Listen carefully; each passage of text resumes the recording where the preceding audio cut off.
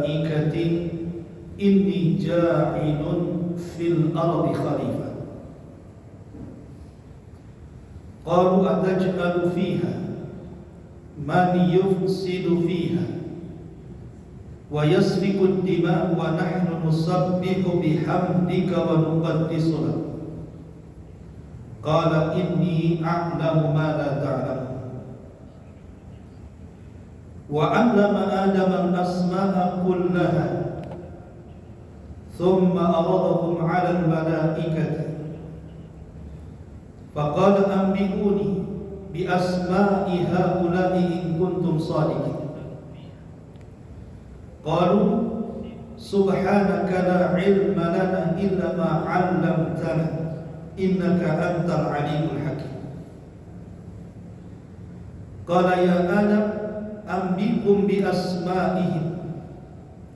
Falamma anba'ahum bi asma'ihim qala alam aqul lakum inni a'lamu ghaibas samawati wal ardh wa a'lamu ma tubduna wa ma kuntum taktumun.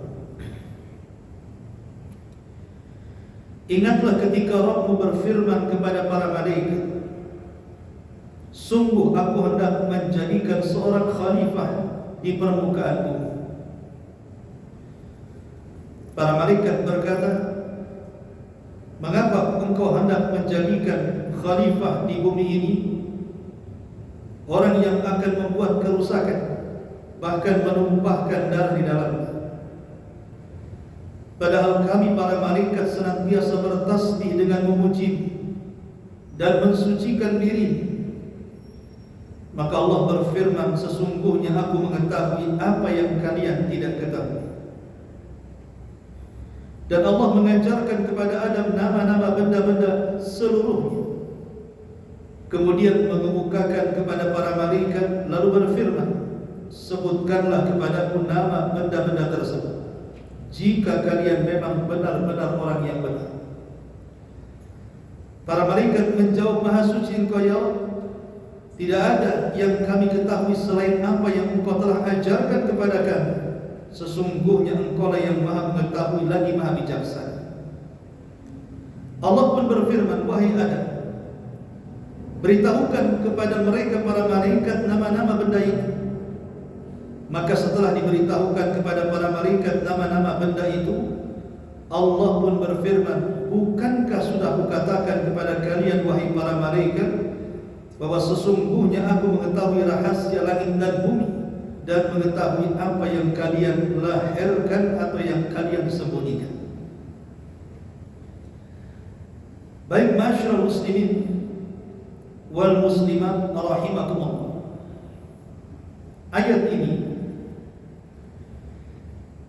bicara tentang dialog para malaikat dengan Allah Subhanahu wa taala tentang penciptaan Adam alaihi salatu wassalam. Menarik kita kisahkan. Namun sebelumnya kita akan memahami secara global ayat ini. Di sini Allah Subhanahu wa taala mengatakan, wa idz qala rabbuka lil malaikati, dan ingatlah ketika Rabbmu wahai Muhammad. Kalimat Rabbmu khitab kepada Nabi sallallahu alaihi wasallam ini kemuliaan bagi Rasul kita Muhammad sallallahu alaihi wasallam, di mana Allah akan menghabarkan kisah para malaikat yang berdialog dengan dirinya tentang penciptaan bapa seluruh manusia Adam alaihi salatu wassalam. Wa in qala rabbuka lil malaikati, dan ingatlah ketika Rabb wahai Muhammad berfirman kepada para malaikat. Malaikat adalah makhluk nurani, makhluk yang tercipta dari cahaya, dan mereka adalah maksum, terpelihara. Makhluk itu terbagi menjadi tiga. Ada yang maksum tetapi tidak mukallaf, ada yang mukallaf tetapi tidak maksum, dan ada yang tidak kedua-duanya. Adapun yang mereka maksum dan juga mukallaf. Mereka adalah para malaikat. Mereka maksum terpelihara dan juga mukallaf, terbebani dengan ibadah kepada Allah Subhanahu wa taala. Mereka tidak bermaksiat sama sekali. Itulah para malaikat, terpelihara dan mereka juga terbebani dengan ibadah. Kemudian yang kedua, ada makhluk yang mereka mukallaf tapi tidak maksum. Mereka lah manusia dan juga jin. Mereka tidak terpelihara dari dosa, tetapi mereka dibebani dengan ibadah, di mana bisa saja mereka terjerumus kepada kemaksiatan karena mereka tidak maksum, tapi mereka dibebani dengan ibadah kepada Allah Subhanahu wa taala. Itulah kita manusia dan juga kalangan jin. Kemudian yang ketiga, ada yang tidak maksum dan tidak mukallaf. Itulah binatang. Mereka tidak terpelihara dan tidak dibebani dengan ibadah. Kerjanya hanya makan, minum, tidur, buang hajat, kawin dan begitu seterusnya. Tidak ada kewajiban, perintah, larangan, halal, haram, makruh, mubah dan begitu seterusnya. Lah para malaikat adalah jenis yang mereka maksum dan juga mukallaf, terpelihara dari dosa, dan mereka dibebani ibadah oleh Allah Subhanahu wa taala. La ya'sunallah ma amarahum wa yaf'aluna ma yu'marun. Mereka adalah makhluk yang tidak pernah bermaksiat kepada Allah. Apapun yang Allah perintahkan mereka lakukan.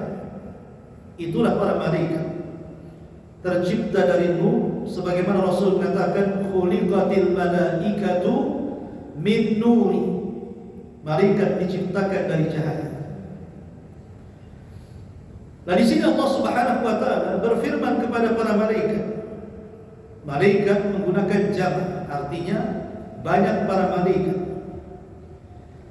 Allah mengatakan inni ja'ilun fil ardi khalifah. Wahai para malaikat, sesungguhnya aku hendak menjadikan seorang khalifah di permukaan bumi. Apa arti khalifah? Sebagian ahli tafsir mengatakan maksudnya khalifah di sini pengganti.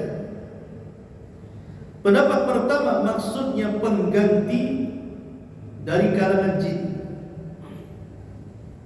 Jadi Allah akan menciptakan seorang khalifah, maksudnya manusia. Untuk apa? Untuk menggantikan kalangan jin. Karena sebelum bumi dihuni manusia itu, yang pertama menghuni bumi itu kalangan jin. Mereka yang pertama menghuni bumi.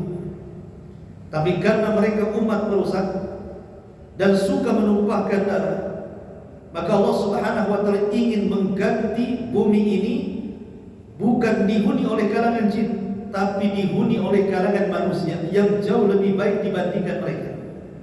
Ini tafsir yang pertama. Tafsir yang kedua, maksudnya khalifah di sini artinya yakhlufu ba'duhu ba'dha. Saya akan menciptakan makhluk yang makhluk ini kelak akan bergenerasi, di mana generasi pertama akan lenyap, datang generasi kedua, generasi kedua lenyap, datang akan generasi ketiga, dan begitu seterusnya. Dan pendapat yang ketiga maksudnya khalifah di sini khalifatun 'anillah, sebagai wakil Allah Subhanahu wa taala di bumi. Tapi pendapat yang ketiga ini ditolak para ulama. Sebab yang namanya wakil adalah mewakili yang tidak ada atau yang sudah meninggal. Dan Allah Subhanahu wa taala tidak mungkin tidak ada.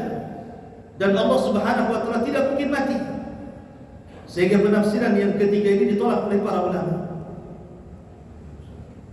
Sehingga sebagian ulama mengatakan bahwa maksud khalifah di sini adalah yakhlufu ba'duhu ba'dha. Makhluk yang bergenerasi, di mana manusia ini tidak akan punah. Walaupun bapak-bapak mereka meninggal, maka akan diteruskan oleh keturunannya sampai hari ini, bahkan sampai kiamat dibangkitkan. Itu makna khalifah. Inni ja'ilun fil ardi khalifah. Kemudian Allah mengatakan qalu ataj'alu fiha man yufsidu fiha wa yasfiku ad-dima. Malaikat berkata kepada Allah Subhanahu wa taala, ya Rabb, apakah engkau hendak menjadikan khalifah di bumi itu orang yang akan membuat kerusakan di dalamnya dan juga menumpahkan darah di dalamnya? Lihat bagaimana malaikat tidak ada penilaian baik sama sekali kepada manusia, langsung mengatakan perusak dan penumpah darah. Padahal Adam belum diciptakan, belum ada sosoknya seperti apa, tapi malaikat langsung menilai negatif dan mengatakan, ya Allah, apakah Engkau akan menciptakan makhluk perusak dan penumpah darah? Belum diciptakan Adam sudah berpandangan negatif. Tentu alasannya ada pertanyaan, kenapa malaikat bisa bicara seperti itu?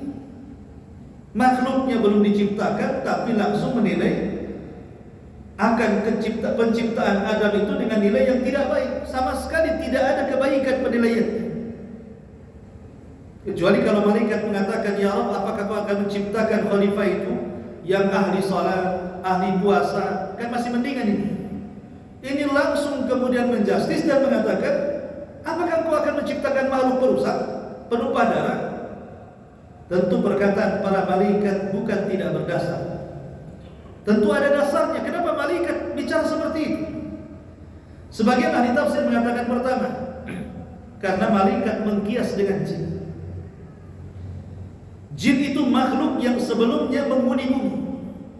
Mereka menumpahkan darah, mereka merusak bumi. Jadi malaikat mengkias, jangan-jangan Adam yang Kau ciptakan itu persis seperti jin yang suka merusak dan menumpahkan darah. Makanya malaikat langsung bicara seperti itu. Ini penafsiran yang pertama. Penafsiran yang kedua, boleh jadi karena sebelumnya Allah Subhanahu wa ta'ala memberitakan kepada para malaikat bahwa makhluk yang diciptakan ini, mereka adalah makhluk yang bersyahwat. Mereka adalah makhluk yang bersyahwat, dicintakan dengan perempuan, dengan harta benda dan macam-macamnya. Jadi Allah memberitahu sebelumnya, sehingga asumsi para malaikat mengatakan di hadapan Allah, ya Allah, apakah Kau akan menciptakan makhluk yang merusak dan juga menumpahkan darah? Karena makhluk yang Kau ciptakan itu bersyahwat masalahnya. Ini juga ada yang mentafsirkan seperti itu. Kemudian yang ketiga, ada yang mentafsirkan bahwa ini bukan penolakan para malaikat. Ini bukan penolakan para malaikat, tetapi malaikat itu sedang menawarkan diri kepada Allah Subhanahu wa ta'ala. Karena dalam Al-Quran itu ada yang bersifat khabar, ada yang bersifat amr, ada yang bersifat arab. Namanya khabar yang menghabarkan, amr itu artinya perintah, kalau arab itu menawarkan. Jadi malaikat ini sedang menawarkan, seolah-olah malaikat mengatakan, ya Allah, kalau seandainya tujuan menciptakan khalifah itu untuk beribadah kepadamu, nanti bagaimana kalau seandainya mereka merusak dan menumpahkan darah? Sebaiknya tidak usah Kau ciptakan, biar kami saja yang Kau turunkan ke bumi. Nanti kami akan bertasbih, kami akan memujimu, kami akan membersihkan dan mensucikan dirimu. Tidak perlu Kau ciptakan khalifah itu. Jadi ini bukan pembangkangan malaikat, tidak, malaikat menawarkan diri. Karena di sini malaikat mengatakan, qalu ataj'alu fiha man yufsidu fiha wa yasfiku dima wa nahnu nusabbihu bihamdika wa nuqaddisu lak. Malaikat mengatakan, ya Allah, apakah Kau akan menjadikan di bumi ini makhluk perusak, penumpah darah, sementara kami bertasbih memujimu, membersihkan diri? Seolah-olah malaikat mengatakan, urungkan niatmu ya Allah. Kalau tujuan menciptakan Adam untuk beribadah kepadamu di bumi, sudah tidak usah Kau ciptakan Adam, turunkan kami saja ke bumi, maka kami akan beribadah kepadamu. Jadi ini bentuk Arab, sehingga ada sebagian ahli tafsir mengatakan malaikat ini tergesa-gesa. Kenapa tergesa-gesa? Adam belum tercipta, kenapa dia bicara seperti itu? Makanya Allah mengatakan, inni a'lamu ma la ta'lamun. Saya lebih tahu tentang kalian. Memang kalian lebih tahu ataupun tahu soal bagaimana jin merusak bumi, tapi Adam ini berbeda, kalian tidak tahu. Walaupun di antara mereka ada perusak, tapi di tengah-tengah turunan Adam ini nanti ada orang-orang saleh. Dari dia lahir para nabi, dari dia lahir para syuhada, dari dia lahir orang-orang yang akan menjadi wali-wali Allah. bahkan boleh jadi mereka lebih mulia dibandingkan kalian. Kalian tidak tahu apa yang aku tahu, kata Allah. Makanya kemudian sebagai kafarah karena malaikat tergesa-gesa mengatakan perkataan seperti ini, maka mereka pun langsung membuat sebuah tempat ibadah di langit yang disebut dengan Baitul Ma'mur, di mana setiap hari 70.000 malaikat tawaf dan beribadah di Baitul Ma'mur, tidak keluar. Satu hari itu beribadah, kemudian selesai mereka keluar dan tidak akan pernah kembali. Besoknya akan datang malaikat dengan jumlah yang sama 70.000, tawaf kemudian ibadah satu hari full, kemudian keluar dan tidak akan pernah kembali. Besoknya akan datang dan begitu seterusnya sampai kiamat. Sehingga jumlah para malaikat tidak ada yang tahu kecuali Allah Subhanahu wa taala. Wa ma ya'lamu junuda rabbika illahu wa ma huwa illa dzikra lil bashar.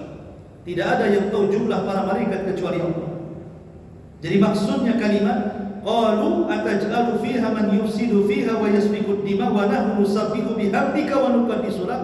Ini adalah al-aradu, penawaran para malaikat saja. Malaikat ingin menawarkan diri. Ma'asyiral muslimin yang dimuliakan Allah Subhanahu wa taala. Di sini Allah Subhanahu wa taala mengatakan wa 'allama Adam al-asma'a kullaha thumma aradahum 'alal malaikah. Dan dia Allah mengajarkan kepada Adam nama-nama seluruh, kemudian mengemukakan kepada para malaikat. Faqala anbi'uni bi asma'i haula'i in kuntum shadiqin. Maka Allah berfirman kepada para malaikat, sebutkanlah kepada aku nama-nama benda itu jika kamu memang benar-benar orang-orang yang benar. Ayat 31 Al-Baqarah ini Allah ingin menjelaskan kepada kita tentang apa yang dikatakan para malaikat, bahwa asumsi para malaikat bahwa makhluk yang akan diciptakan oleh Allah itu akan menjadi makhluk perusak dan berubah darah, dibantah di sini. Bahwa makhluk ini jauh lebih mulia dibandingkan kalian. Jadi makhluk yang akan saya ciptakan seolah-olah Allah katakan akan jauh lebih mulia dibandingkan kalian. Kenapa? Karena makhluk ini akan diberikan pengetahuan yang kalian tidak tahu. Sebagian ahli tafsir mengatakan apa yang dimaksud dan dia mengajarkan kepada Adam itu nama-nama keseluruhan. Wa 'allama Adam al-asma'a kullaha. Apa yang dimaksud nama-nama secara keseluruhan di sini? Ada yang mengatakan bahwa yang dimaksud nama-nama di sini artinya nama-nama benda. Nama-nama benda yang ada di langit dan yang ada di bumi. Dulu tidak ada nama, tidak ada penyebutan. Hal ata 'alal insan hinum minad dahri lam yakun syai'an madhkura. Apakah sampai kepada manusia sebuah masa di mana dahulu tidak ada yang disebut, maksudnya tidak ada nama. Maka Allah Subhanahu wa taala ajarkan kepada Adam nama-nama. Ini namanya bintang, ini namanya bulan, ini namanya matahari, ini namanya langit, ini namanya galaksi. Kemudian ke bumi ini namanya sungai, lautan, hutan, ini ikan itu, ikan ini buah itu, dan macam-macam. Dan itu malaikat tidak tahu. Ini satu penafsiran. Penafsiran yang kedua yang dimaksud al-asma' kullaha di sini artinya bahasa. Di mana Allah Subhanahu wa taala mengajarkan kepada para malaikat seluruh bahasa yang akan diucapkan oleh keturunan. Kalau seandainya Nabi Adam hidup di zaman sekarang, dia datang ke Batam, maka dia pandai berbahasa Melayu. Kalau dia safar ke Jawa, maka dia akan berbahasa Jawa. Kalau dia safar ke Flores sana, maka pandai berbahasa Alor. Kalau dia kemudian ke Padang, maka pandai berbahasa Minang. Kalau dia ke Australia sana, maka dia pandai berbahasa Inggris. Maka semua bahasa yang akan diucapkan oleh kaumnya, oleh seluruh turunannya, Adam tahu. Itu maksudnya al-asma' kullaha. Jadi Adam akan diajarkan oleh Allah seluruh bahasa yang akan diucapkan turunannya. Bayangkan di Indonesia saja, suku-suku yang ada di negeri kita bahasanya macam-macam. Entah berapa bahasa yang diucapkan. Ada Sundanya, ada Jawanya, ada Minangnya, ada Melayu, macam-macam bahasa. Tapi Adam sanggup berdialog dengan seluruh bahasa dari turunannya. Ini juga di antara penafsiran para ulama, dan ini tidak diajarkan oleh para malaikat. wa 'allama Adam al-asma'a kullaha thumma aradahum 'alal malaikah.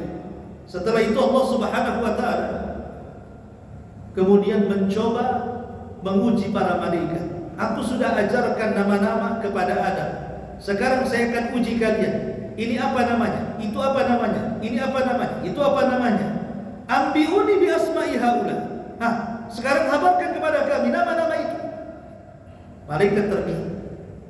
Sehingga malaikat akhirnya menyerah dan mengatakan, qalu subhanaka la ilma lana illa ma 'allamtana. Maha suci Engkau ya Allah, kami tidak memiliki pengetahuan kecuali apa yang Kau ajarkan kepada kami. Innaka antal alimul hakim, karena Engkau zat yang maha mengetahui lagi maha bijaksana.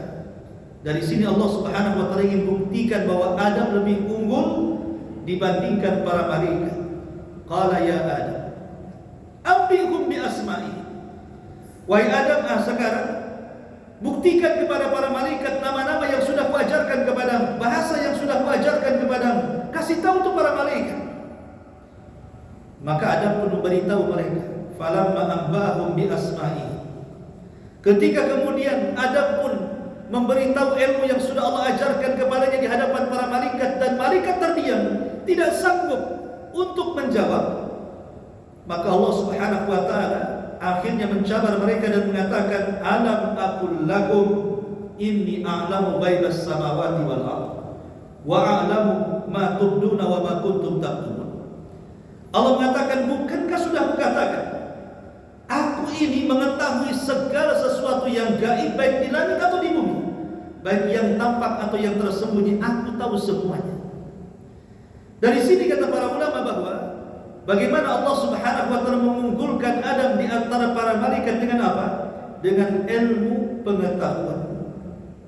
Kalau kita ingin mengungguli para malaikat, maka cerdaslah dalam ilmu. Ada sebagian ulama memperinci, kenapa Adam alaihi salatu wasallam dimuliakan oleh para malaikat? Pertama, karena Adam diciptakan langsung oleh Allah, langsung dibentuk oleh Allah Subhanahu wa taala dengan tangannya. Untuk apa? Untuk menghilangkan kesombongan iblis. Kemudian yang kedua, Allah agungkan Adam di antara para malaikat dengan sujudnya para malaikat kepada Adam. Dan itu tidak pernah dilakukan kepada iblis atau sebaliknya, Adam sujud kepada para malaikat. Yang ketiga, Allah ajarkan kepada Adam nama-nama atau ilmu yang Allah tidak ajarkan kepada jin dan juga para malaikat. Dari sini tiga perkara ini menunjukkan tentang kemuliaan Adam di atas malaikat, bahkan di atas kalangan jin. Adam jauh lebih mulia di antara mereka. Baik, ini makna secara global dari surah Al-Baqarah 30 sampai 33. Baik, kita akan rinci kisah. Ma'asyiral muslimin yang dimuliakan Allah Subhanahu wa taala, manusia ataupun makhluk yang berakal yang Allah Subhanahu wa taala ciptakan itu tiga. Pertama malaikat, yang kedua jin, yang ketiga manusia. Itu secara urutan penciptaan seperti itu. Pertama Allah ciptakan malaikat, yang kedua Allah ciptakan jin, setelah itu Allah ciptakan manusia, yang terakhir dari makhluk yang berakal. Lah malaikat tercipta dari api, malaikat tercipta dari cahaya. Adapun jin tercipta dari ujung nyala api, dan manusia tercipta dari tanah. Makanya Nabi SAW mengatakan, khuliqatil malaikatu min nur, wa khuliqa al-jan min marijin min nar, wa khuliqa Adam mimma wusifa lakum. Diciptakan malaikat dari cahaya, diciptakan jin dari ujung nyala api, dan diciptakan Adam dari tanah sebagaimana telah disifatkan kepada kalian. Lalu kapan malaikat diciptakan? Sebagian para ulama mengatakan bahwa malaikat diciptakan itu sebelum Allah menciptakan langit dan bumi. Kapan itu? Saat Allah Subhanahu wa taala setelah menciptakan arsy, makhluk pertama yang Allah ciptakan, dan juga air, karena arsy Allah itu di bawah lautan. Disitulah Allah Subhanahu wa taala menciptakan malaikat, sebagaimana dikatakan oleh Imam Az-Zahabi dalam kitabnya Al-Ulum, dia mengatakan awwal ma khalaqallahu arsyahu 'alal ma. Pertama yang Allah ciptakan dari makhluknya adalah arasy-Nya. Allah ciptakan di atas air. Kemudian wa khalaqallahu al-malaikata. Setelah itu Allah ciptakan para malaikat. Faqal, maka malaikat setelah diciptakan mengatakan, Rabbana lima khalaqtana. Ya Rabb, kenapa kau ciptakan kami? Maka Allah Subhanahu wa taala mengatakan, lihamli arsy, ku ciptakan kalian untuk membopong arsy. Membopong arsy. Faqal, dia mengatakan, wa may yaqwi ala dzalik. Siapa yang kuat memikul arsy-Mu ya Rabb? Arsy-Mu sebesar itu. Siapa yang kuat? Kenapa malaikat mengatakan seperti ini? Bayangkan ketika Nabi mengatakan bandingan bumi dengan langit saja seperti cincin diletakkan di padang pasir. Cincin itu buminya, padang pasir itu langitnya. Kalau dikumpulkan langit dan bumi dengan kursi Allah, maka sama dengan cincin diletakkan di padang pasir. Cincin itu langit dan buminya, kursi itu adalah padang pasirnya. Makanya Allah mengatakan wasi'at kursiyuhus samawati wal ardh. Kursinya Allah itu meliputi langit dan bumi. Kalau seandainya semua makhluk digabung, kemudian dibandingkan dengan arsy Allah Subhanahu wa taala, sama dengan cincin diletakkan di padang pasir. Cincin itu semua makhluknya dan arsy itu padang pasirnya. Macam mana yang menciptakannya? Allahu Akbar. Allah lebih besar daripada makhluk. Pertanyaannya, makhluk sebesar itu, tiba-tiba Allah mengatakan kepada para malaikat, ketika malaikat mengatakan, apa tujuan menciptakan kami ya Rabb? Kata Allah, untuk memikul arsy-Ku, katanya. Malaikat mengatakan, siapa yang bisa tahan memikul arsy-Mu, kata para malaikat. Maka Allah mengatakan, faqulu la haula wala quwwata illa billahil aliyyil azim. Katakan oleh kalian, tidak ada daya dan kekuatan melainkan milik Allah Subhanahu wa taala, zat yang maha tinggi lagi maha agung.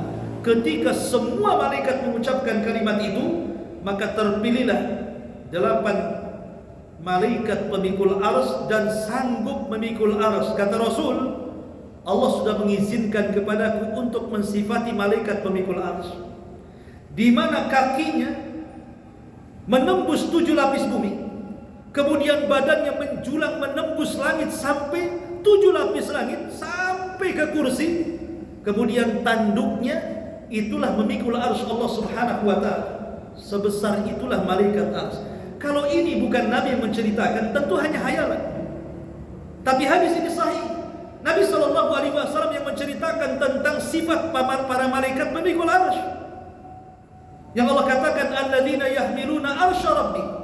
Malaikat-malaikat yang memikul arsy itu, di mana kakinya menembus 7 lapis bumi, badannya menembus lapisan langit, baru tanduknya kemudian memikul arsy Allah Subhanahu wa taala.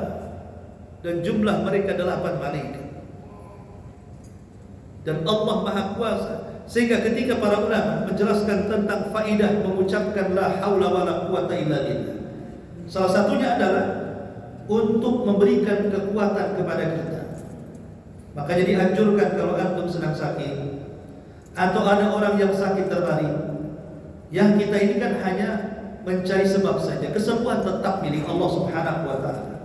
Tapi kalau harus dijadikan zikir bagi orang-orang yang sakit parah, maka ulama mengatakan perbanyaklah zikir bagi orang yang sakit itu, la haula wala quwata illa billahil aliyyil azim. Dia malaikat yang lemah saja tiba-tiba kuat dengan zikir seperti ini dan sanggup memikul arsy-Nya.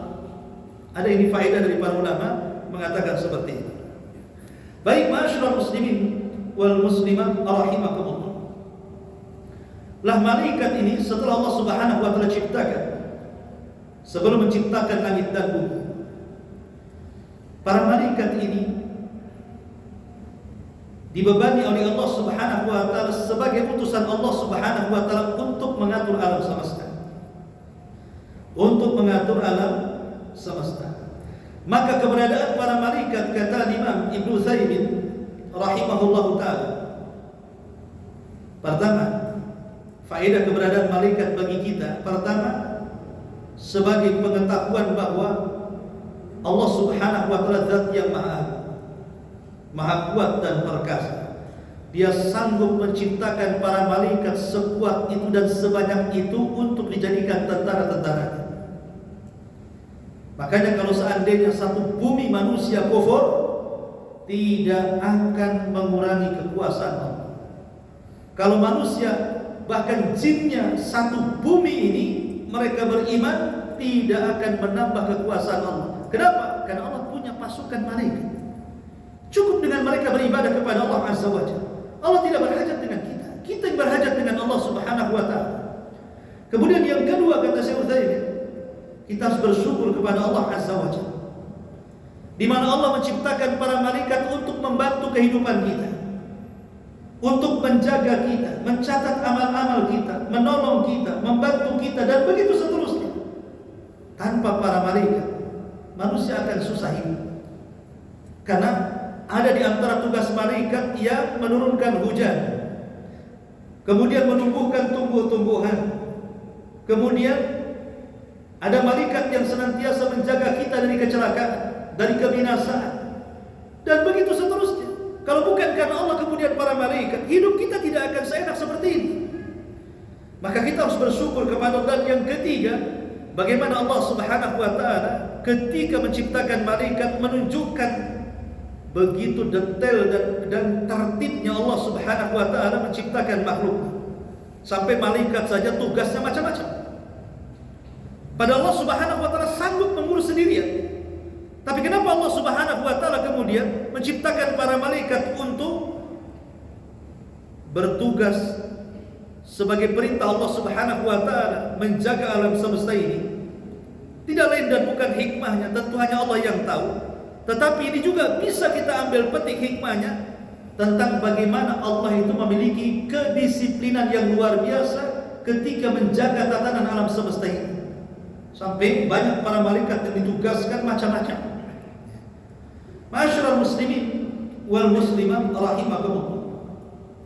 Baik, dalam ayat ini Allah Subhanahu wa taala ingin menjelaskan kepada kita tentang hubung kait para malaikat dengan manusia. Jadi sejak Allah Subhanahu wa taala menciptakan Adam, kemudian Allah Subhanahu wa taala memberitahu para malaikat. Dan ketika Allah Subhanahu wa taala betul-betul menciptakan Adam, yang diperintahkan untuk mengambil bahan bakunya juga siapa? Malaikat juga. Al-Imam Ibnu Katsir rahimahullahu taala menyebutkan di dalam kitabnya Al-Bidayah wa Nihayah dari riwayat Abi Hurairah radhiyallahu anhu tentang kisah penciptaan Adam. Pertama Allah Subhanahu wa taala mengutus Jibril dan mengatakan, "Ya Jibril, turun kau ke bumi. Ambil beberapa sifat tanah. Kemudian bawa ke hadapan." Maka Jibril kemudian datang ke bumi, tetapi ketika hendak mengambil tanah di bumi, bumi marah dan memarahi Jibril dan mengatakan, "A'udzu billahi mink an tunqisa minni." Kata bumi kepada Jibril, "Wahai Jibril, aku berlindung kepada Allah. Jangan sekali-kali kau kurangi tanah yang ada di bumi. Pergi kau ke sana." Diusir oleh bumi Jibril. Maka Jibril pun kemudian tidak jadi mengambil, kemudian kembali menghadap Allah Subhanahu wa taala. Kemudian setelah itu karena gagal mengambil tanah, Allah kirim Mikail. Ketika Mikail hendak mengambil tanah di bumi, bumi marah lagi dan mengatakan, "A'udzu billahi mink." Aku berlindung kepada Allah dari kamu untuk kau kurangi tanah yang ada di bumi. Pergi kamu saja. Maka Mikail pun kemudian gagal mengambil tanah dan kembali menghadap Allah Subhanahu wa taala. Kemudian Allah utus beberapa malaikat, semuanya gagal. Maka yang terakhir Allah Subhanahu wa taala mengutus malakul maut dan mengatakan, "Ya malakul maut, ambil tanah di bumi sebagai bahan baku Adam." Maka malakul maut pun kemudian turun ke bumi. Ketika hendak mengambil, bumi mengatakan, "A'udzu billahi mink." Aku berlindung kepadamu untuk mengurangi tanah yang ada di bumi.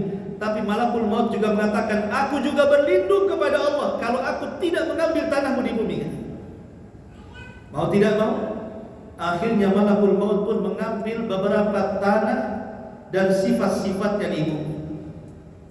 Jadi diambil dari tanah yang bersifat keras, ada yang bersifat lembek, ada yang tengah-tengah di antara keduanya dengan berbagai macam warna, ada yang tanah hitam, merah, putih dan begitu seterusnya.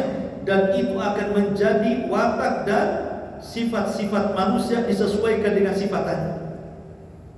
Makanya wajar ada manusia yang berkulit putih, mungkin tanah putih, ada yang berkulit hitam, mungkin tanah kebakar, ada yang berkulit belang-belang, mungkin campuran, kayak gini. Ada yang keras hatinya, mungkin tanahnya keras. Ada yang lembut hatinya, mungkin lembut. Ada yang suka bersengketa, ya tanah sengketa, dan begitu seterusnya. Boleh jadi mungkin manusia itu memiliki sifat-sifat yang ada pada tanah.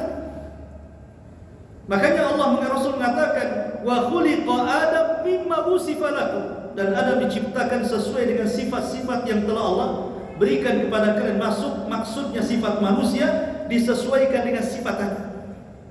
Karena kita diciptakan dari tanah dan akan kembali kepada tanah. Ma'asyiral muslimin yang dimuliakan Allah Subhanahu wa taala, dari sini kita tahu bahwa ada hubung kait malaikat dengan manusia. Karena yang mengambil bahan bakunya juga malaikat. Setelah kemudian Allah Subhanahu wa taala membentuk Nabi Adam dengan bentuk yang paling baik, sampai Allah mengatakan laqad khalaqnal insana fi ahsani taqwim. Sungguh kami ciptakan manusia itu sebaik-baik bentuk. Maka Allah biarkan mengeras. Makanya Allah Subhanahu wa taala mengatakan di dalam Al-Qur'anul Karim, Allah mengatakan inni khaliqum basyaran min salsalin min hama'in masnun. Sesungguhnya aku menciptakan manusia ini dari tanah liat kering, dari lumpur hitam yang dibentuk. Maka Allah membentuk sampai akhirnya mengeras. Dalam riwayat 40 tahun dibiarkan. Setelah Allah Subhanahu wa taala menciptakan Adam dengan tangannya, dan itu belum pernah dilihat oleh siapapun. Ketika malaikat melihat Adam dalam bentuk seperti itu, takjub. Luar biasa Allah menciptakan kita ini. Bahkan yang lebih takjub juga iblis. Kok ada ciptaan yang bentuknya seindah ini? Tapi karena iblis sudah ada hasad dalam hatinya, dia bukan hanya melihat. Kalau malaikat melihat saja, dia mendekati Adam yang berbentuk patung. Kemudian masuk di lubang telinga, keluar di lubang hidung, masuk ke lubang hidung, di luar ke lubang mulut, dan begitu seterusnya. Sambil ketika sudah puas ditepuknya Adam yang masih berbentuk patung itu, rupanya berbunyi. Kata iblis, ini makhluk lemah. Kenapa? Karena makhluk ini penuh dengan rongga. Berarti perlu makan, minum, dan begitu seterusnya. Kata iblis, kalau Allah kuasakan makhluk ini kepadaku, sudah kuhancurkan. Kata. Hasadnya sudah nampak di sini. Makanya ketika Allah Subhanahu wa taala kemudian hendak meniupkan ruh kepada Adam alaihi salatu wassalam, inilah perbedaan Adam dengan kita. Kalau Adam itu dibentuk dulu jasadnya, baru diciptakan ruhnya. Kalau kita diciptakan ruhnya dulu, baru dibentuk jasadnya. Jadi Adam itu dibentuk dulu jasadnya, baru ruhnya diciptakan. Dan Allah Subhanahu wa taala menciptakan ruh Adam ini dinisbatkan kepada diri, sama-sama dengan Isa bin Maryam. Ini dua ruh yang dinisbatkan kepada Allah adalah ruhnya Adam dan ruhnya Isa bin Maryam. Allah mengatakan terhadap Isa, wa kalimatuhu alqaha ila Maryam wa ruhum minhu, dan ruhnya dari Allah. Seolah-olah apa? Ruhnya Isa disandarkan kepada Allah. Adam juga sama. Fa idza sawaituhu wa nafakhtu fihi min ruhi, dan apabila sudah kusempurnakan ciptaannya, fa idza sawaituhu wa nafakhtu, dan aku tiupkan min ruhi, dari ruhku. Lihat di sini ruhku, ini maksudnya Allah di sini. Ruh disandarkan kepada Allah. Hanya ada dua ruh dalam Quran yang disandarkan kepada Allah, menunjukkan dua ruh ini sangat istimewa. Makanya ketika Allah Subhanahu wa taala betul-betul meniupkan ruh kepada Adam, apa kata Allah? Semata-mata ruh masuk ke dalam jasad Adam, faqa'u lahu sajidin. Kalian harus sujud. Fasajadal malaika, maka malaikat sujud. Ahli tafsir mengatakan, kenapa malaikat sujud kepada Adam? Ada yang mengatakan bahwa malaikat sujud bukan kepada jasad Adam, tapi kepada ruh Adam. Ketika ruh dimasukkan, malaikat sujud karena menghormati ruhnya. Karena ruhnya ada berbeda dengan ruh manusia yang lainnya. Itu ruh yang disandarkan kepada Allah. Makanya dari sini kemudian ada kesimpulan bahwa jasad itu tidak ada harganya ketika ruh keluar dari jasadnya. Tapi jasad itu akan bernilai ketika ruh itu masih ada di kandung badan. Dan itu terbukti dalam fakta. Coba kalau ada orang mati, walaupun dia presiden, biarkan di tepi jalan seminggu, jangan dia apa-apain. Setelah seminggu, siapa yang berani mendekatinya? Sudah jadi bangkai, bau dan begitu seterusnya. Tapi ketika dia ada ruhnya, mulailah dia pakai pakaian, pakai seragam, pakai pangkat, pakai seragam jabatan dan begitu seterusnya, baru manusia menghargai. Jadi malaikat itu maksudnya menghargai ruh dengan sujud. Ini yang pertama. Yang kedua, malaikat sujud kepada Adam itu bukan kemudian menghormati ruh Nabi Adam, tidak, tapi menjadikan kiblat. Sama dengan kita menjadikan Mekah itu sebagai kiblat, kemudian kita sujud menghadap Ka'bah. Maka para malaikat sujud juga sama, menjadikan Adam itu sebagai kiblat. Makanya kemudian mereka sujud. Dan sujud di sini bukan sujud ibadah, karena tidak boleh sujud ibadah diberikan kecuali kepada Allah. Maksudnya di sini adalah sujud penghormatan. Sama kalau TNI itu meletakkan tangan di kepala begini, ini menghormat namanya. Jadi malaikat itu seperti itu menghormati dengan cara sujud. Tapi ini sujud penghormatan, bukan sujud ibadah. Karena sujud ibadah tidak boleh kecuali diberikan kepada Allah Subhanahu wa taala. Ma'asyiral muslimin yang dimuliakan Allah Azza wa Jalla. Lah ketika itulah kemudian Allah Subhanahu wa taala menjadikan para malaikat dan juga manusia ada hubung kait yang sangat erat sekali. Mulai dari penciptaannya sampai kemudian sujudnya para malaikat kepada Adam, sampai kemudian malaikat ditugaskan oleh Allah untuk terus berhubungan dengan manusia, baik manusia secara umum atau manusia secara khusus orang-orang yang beriman. Sejak diciptakan, dilahirkan, diwafatkan, dikuburkan di padang mahsyar sampai ke surga, tidak lepas daripada malaikat. Ada hubung kait dengan kita manusia biasa. Maka sejak kita diciptakan oleh Allah Subhanahu wa taala, kita diciptakan dalam bentuk janin dalam perut ibu, 40 dalam bentuk sperma, 40 berikutnya dalam bentuk darah, 40 berikutnya dalam bentuk daging. Kemudian ketika lengkap 4 bulan, kemudian ditiupkan ruh. Siapa yang meniupkan ruh? Malaikat. Ditugaskan oleh Allah untuk meniupkan ruh ke dalam janin kita. Kemudian dicatat berapa rezekinya, berapa bahagianya, berapa celakanya, berapa umurnya, dan begitu seterusnya. Kemudian lahir ke bumi. Allah simpan satu malaikat untuk memberikan was-was kebaikan, sebagaimana Allah simpan satu jin untuk memberikan was-was keburukan. Itulah qarib. Dan qarib ini tidak akan lepas sampai manusia mati. Baru setelah kemudian berjalan di dunia, macam-macam para malaikat itu ditugaskan untuk menjaga kita. Sehingga Allah mengatakan, wa inna alaikum lahafidin. Dan sesungguhnya bagi kalian wahai para malaikat, ada malaikat-malaikat penjaga manusia. Coba bayangkan ketika kita naik kendaraan, yang harusnya ketabrak tidak ketabrak, siapa yang menyelamatkan? Malaikat. Yang harusnya kepleset tidak kepleset, siapa yang menyelamatkan? Para malaikat. Yang harusnya jatuh tidak jatuh, siapa yang menyelamatkan? Para malaikat. Kemudian kita tidur, yang harusnya banyak semut dan serangga masuk ke lubang hidung, masuk ke lubang telinga, tapi tidak ada serangga yang masuk ke lubang-lubang yang ada di badan kita. Padahal hari-hari kita musuhan dengan binatang. Coba lihat, semut kita semprot baygon, kemudian nyamuk juga kita bantai di rumah itu. Semua hasyarat, makhluk-makhluk kecil kita sapu, kita buang keluar. Kalau Allah taruh dendam kepada makhluk-makhluk kecil ini, boleh jadi kita tidak mungkin hidup di bumi. Tidur sebentar tahu-tahu penuh dengan nyamuk, penuh dengan semut, penuh dengan kecoa, macam-macam kan. Tapi itu semua tidak mendekati kita. Siapa yang jaga? Siapa yang menjauhkan makhluk-makhluk itu dari kita? Pada kita sedang tidur tidak sadar.